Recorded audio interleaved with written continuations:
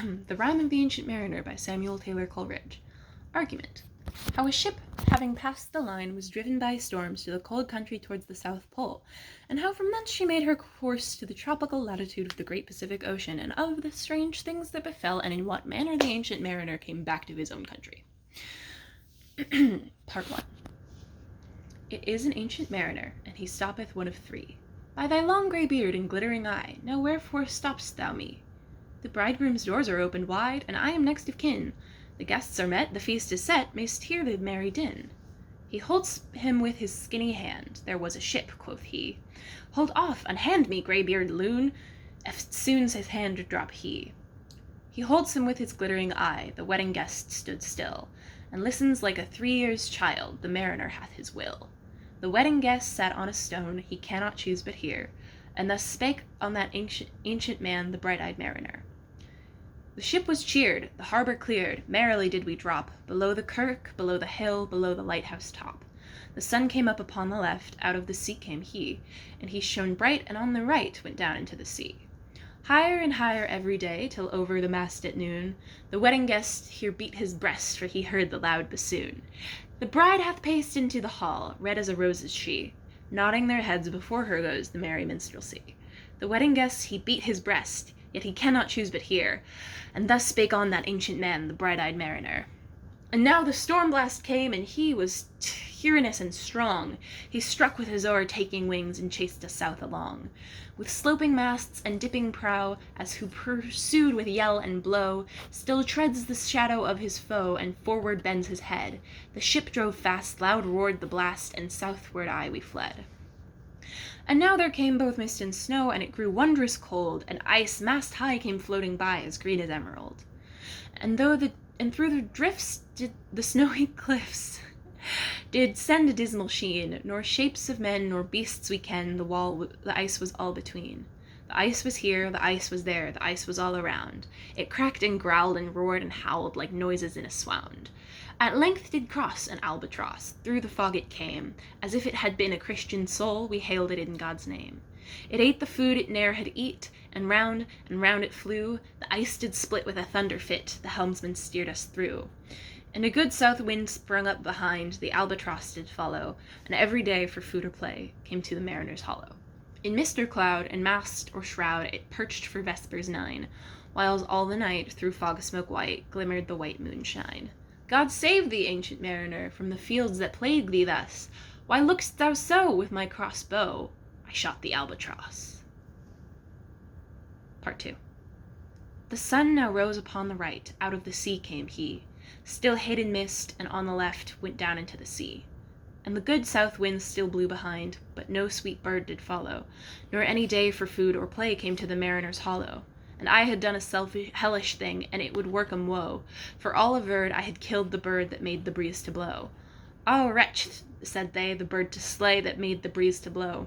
Nor dim nor red, like God's own head, the glorious sun uprist. Then all averred I had killed the bird that brought the fog and mist. 'Twas right, said they, such birds to slay that bring the fog and mist. The fair breeze blew, the white foam flew, the furrow followed free. We were the first that ever burst into that silent sea. Down dropped the breeze, the sails dropped down. 'Twas sad as sad could be, and we did speak only to break the silence of the sea. All in a hot and copper sky, the bloody sun at noon, right above the mast did stand, no bigger than the moon. Day after day, we struck nor breath nor motion, as idle as a painted ship upon a painted ocean. Water, water, everywhere, and all the boards did shrink. Water, water, everywhere, nor any drop to drink. The very deep did rot, O Christ, that ever this should be. Yea, slimy things did crawl with legs upon the slimy sea.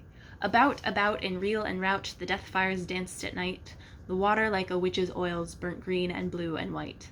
And some in dreams assured were of the spirit that plagued us so. 9 fathom deep he had followed us from the land of mist and snow. And every tongue, through utter drought, was withered at the root. We could not speak no more than if we had been choked with soot. Ah, well a day, what evil looks had I, from old and young, instead of the cross, the albatross about my neck was hung. Part 3. There passed a weary time, each throat was parched, and glazed each eye. A weary time, how glazed each weary eye. When looking westward, I beheld a something in the sky. At first it seemed a little speck, and then it seemed a mist. It moved, and took at last a certain shape I wist. A speck, a mist, a shape, I wist! And still it neared and neared, as if it dodged a water sprite, it plunged and tacked and veered. With throats unslaked, with black lips baked, we could not laugh nor wail. Through utter drought, all dumb we stood. I bit my arm, I sucked the blood, and cried, "A sail, a sail!" With throats unslaked, with black lips baked, agape they heard me call. Gramercy! For they for joy did grin, and all at once their breath drew in, as they were drinking all. See, see, I cried, she tacks no more, hither to work us wheel. Without a breeze, without a tide, she steadies with upright keel. The western wave was all aflame, the day was well nigh done. Almost upon the western wave rested the broad bright sun, when that strange shape drove suddenly betwixt us and the sun. And straight the sun was flecked with bars, heaven's mother send us grace. As if through a dungeon grate he peered with broad and burning face. Alas, thought I, and my heart beat aloud, how fast she nears and nears. Are those her sails that glance in the sun like restless gossamers? Are those her ribs through which the sun did peer as through a gate? And is that woman all her crew? Is that a death, and are there two? Is death that woman's mate? Her lips were red, her looks were free, her locks were yellow as gold. Her skin was white as leprosy, that the nightmare life in death was she, who thicks a man's blood with cold. The naked hulk alongside came, and the twain were casting dice. The game is won, done, I've won, quoth she, and whistles thrice. The sun's rim dips, the stars rush out, at one stride comes the dark. With far-heard whisper o'er the sea, off shot the spectre bark. We listened and looked sideways up, fear at my heart as at a cup, for my lifeblood seemed to sip. The stars were dim and thick the night, the steersman face by his lamp gleamed white. From the sails the dew did drip, till clomb above the eastern bar the horned moon with one bright star within the nether tip. One after one, by the star-dogged moon, too quick for groan or sigh, each turned his face with a ghastly pang and cursed me with his eye. 4 times 50 living men, and I heard not sigh nor groan, with heavy thump, a lifeless lump, they dropped down one by one. The souls did from their bodies fly, they fled to bliss or woe, and every soul it passed me by like the whiz of my crossbow. Part 4. I fear thee, ancient mariner, I fear thy skinny hand, and thou art long and lank and brown as is the ribbed sea sand.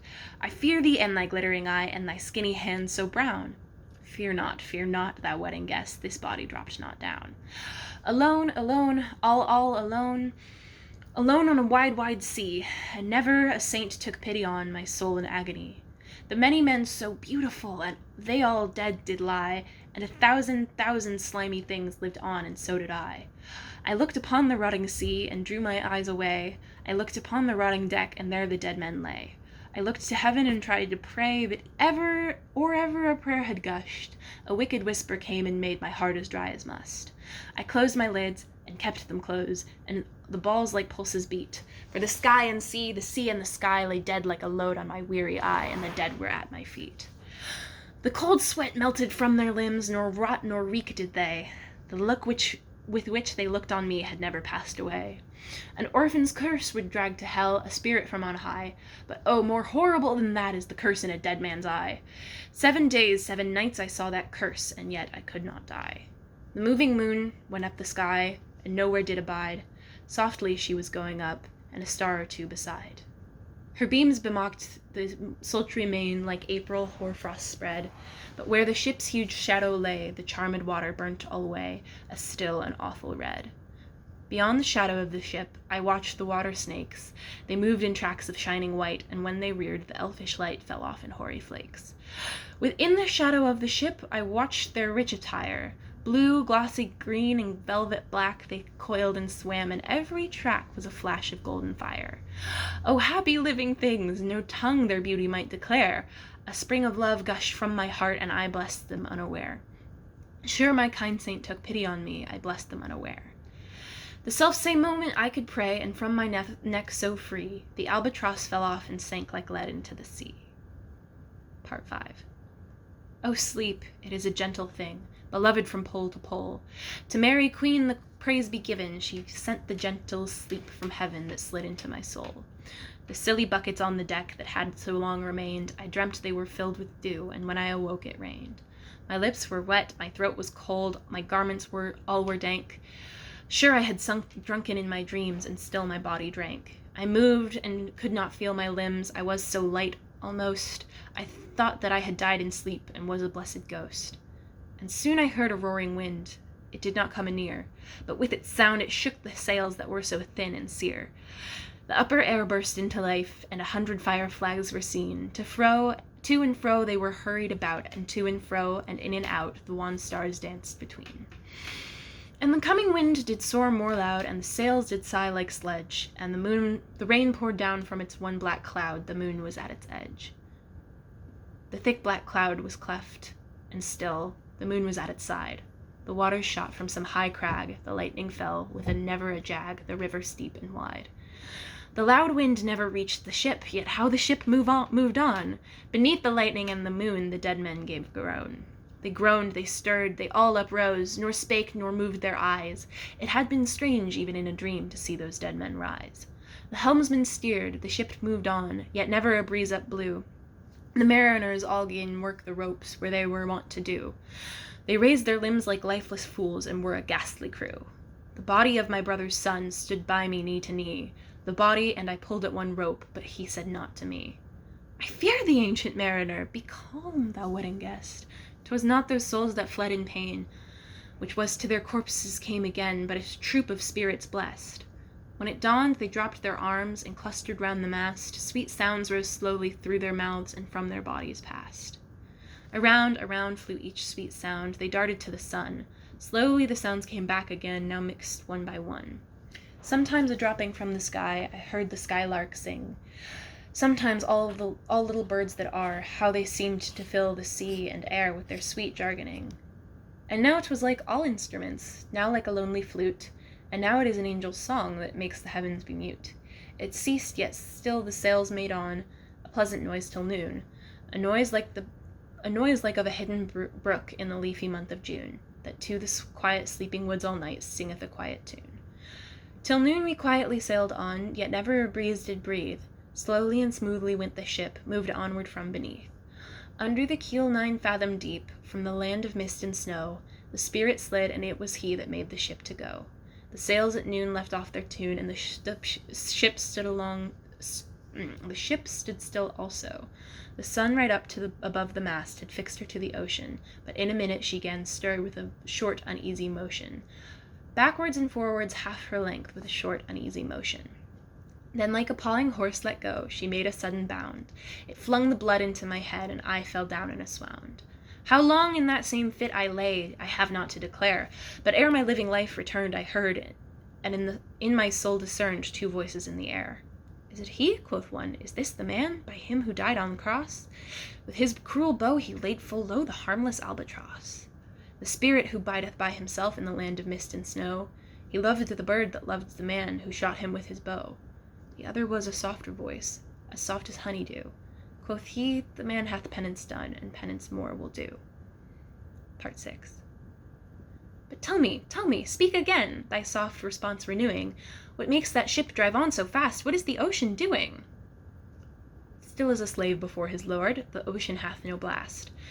His great bright eye most silently up to the moon is cast. If he may know which way to go, for she guides him smooth or grim, see, brother, see how graciously she looketh down on him. But why drives on that ship so fast, without or wave or wind? The air is cut away before, and closes from behind. Fly, brother, fly, more high, or shall we be belated? For slow and slow that ship will go, when the mariner's trance is abated. I woke, and we were sailing on, as in a gentle weather. 'Twas night, calm night, the moon was high, the dead men stood together. All stood together on the deck, for a charnel dungeon fitter. All fixed on me their stony eyes, that in the moon did glitter. The pang, the curse with which they died had never passed away. I could not draw my eyes from theirs, nor turn them up to pray. And now this spell was snapped once more, I viewed the ocean green, and looked far forth, yet little saw of what else had been seen. Like one that on a lonesome road doth walk in fear and dread, and having once turned round walks on, and turns no more his head, because he knows a frightful fiend doth close behind him tread. But soon there breathed a wind on me, nor sound nor motion made. Its path was not upon the sea in ripple or in shade. It raised my hair, it fanned my cheek like a meadow gale of spring. It mingled strangely with my fears, yet it felt like a welcoming. Swiftly, swiftly flew the ship, yet she sailed softly too. Sweetly, sweetly blew the breeze, on me alone it blew. Oh, dream of joy, is this indeed the lighthouse top I see? Is this the hill? Is this the kirk? Is this mine own country? We drifted o'er the harbour bar, and with sobs did pray, Oh, let me be awake, my God, or let me sleep away, alway. The harbour bay was clear as glass, so smoothly it was strewn, and on the bay the moonlight lay like the shadow of the moon. The rock shone bright, the kirk no less, that stands above the rock, the moonlight steeped in silence, the steady weathercock. And the bay was white with silent light, till rising from the same, full many shapes that shadows were, in crimson colours came. A little distance from the prow, those crimson shadows were. I turned my eyes upon the deck. Oh Christ, what I saw there! Each course lay flat, lifeless and flat, and by the holy rood, a man all light, a seraph man, on every course there stood. The seraph band each waved his hand, it was a heavenly sight. They stood as signals to the land, each one a lovely light. The seraph band each waved his hand, no voice did they impart, no voice, but oh, the silence sank like music on my heart. But soon I heard the dash of oars, I heard the pilot's cheer. My head was turned perforce away, and I saw a boat appear. The pilot and the pilot's boy, I heard them coming fast. Dear Lord in heaven, it was a joy the dead men could not blast. I saw a third, I heard his voice. Is this the hermit? It is the hermit good? He singeth loud his godly hymns that he makes in the wood. He'll shrivel my soul, he'll wash away the albatross's blood. Part 6. The hermit good lives in that wood, which slopes down to the sea. How loudly his sweet voice he rears, he loves to talk with mariners that come from a far country. He kneels at morn and noon and eve, he hath a cushion plump, it is the moss that wholly hides the rotted old oak stump. The skiff board neared, I heard them talk, why this is strange, I trow. What are those lights so many fair that signal made but now? Strange by my faith, the hermit said, and they answered not our cheer. The planks looked warped, and see those sails, how thin they are, and sere. I never ought to like them, unless perchance it were brown skeletons of leaves that lag my forest brook along. When the ivy tod is heavy with snow, and the owlet whoops to the wolf below, that eats the she-wolf's young. Dear Lord, it hath a fiendish look, the pilot made reply. I am afeard. Push on, said the hermit cheerily. The boat came closer to the ship, but I nor spake nor stirred. The boat came close beneath the ship, and straight a sound was heard. Under the water it rumbled on, still louder and more dread. It reached the ship, it split the bay, the ship went down like lead. Stunned by that loud and dreadful sound, which sky and ocean smote, like one that hath been 7 days drowned, my body lay afloat. But swift as dreams myself I found within the pilot's boat.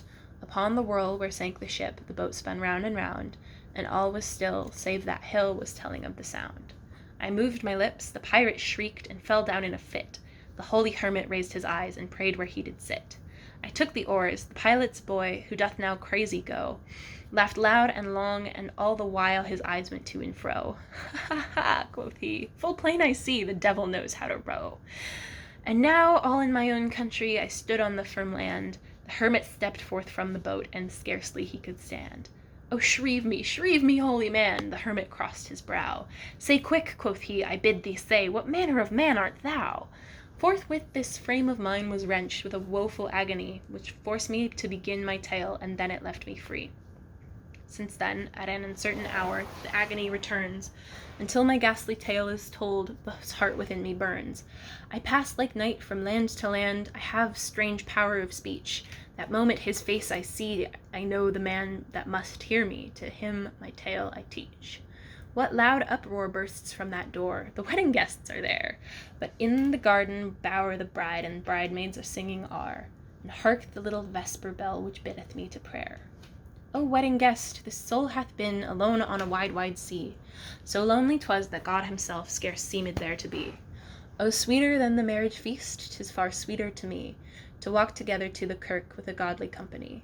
To walk together to the kirk, and all together pray, while each to his great Father bends, old men and babes and loving friends, and youths and maidens gay. Farewell, farewell, but this I tell to thee, thou wedding guest, he prayeth well who loveth well both man and bird and beast.